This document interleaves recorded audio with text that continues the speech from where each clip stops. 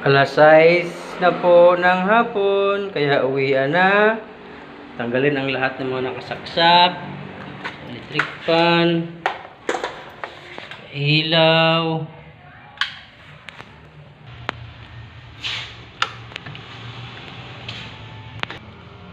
Tanggalin yung nakasaksak na dispenser. Isara ang main door.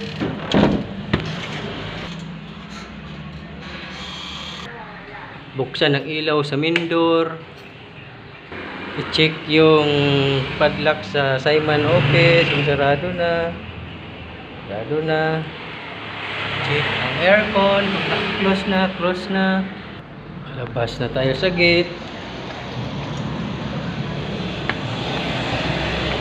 Sara natin.